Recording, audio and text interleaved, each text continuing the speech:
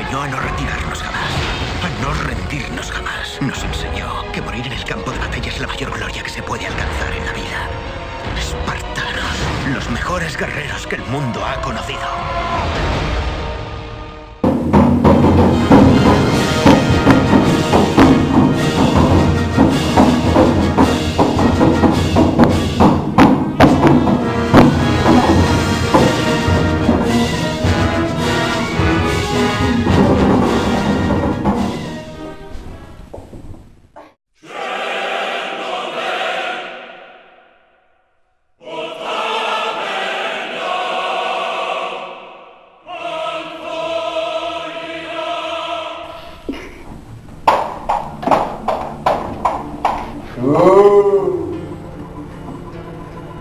A ver.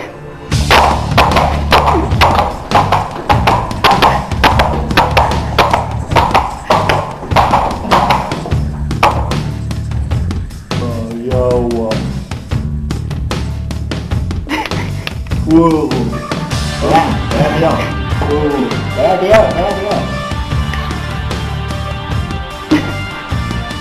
tío. Por la esclavitud y la muerte. Es una locura.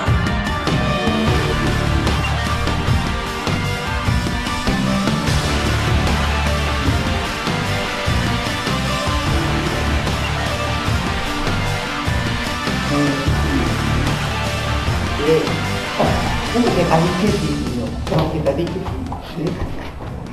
¿Qué pico ya? ¿Una locura? ¡Esto es Esparta!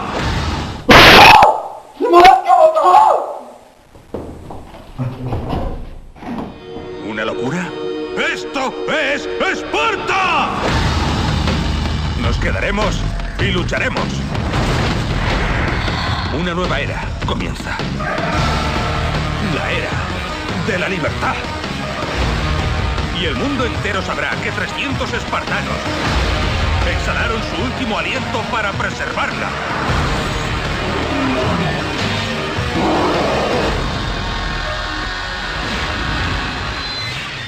¡Espartanos! ¡Esta noche cenaremos en el infierno! ¡No les deis nada! ¡Arrebatádselo! ¡Todo!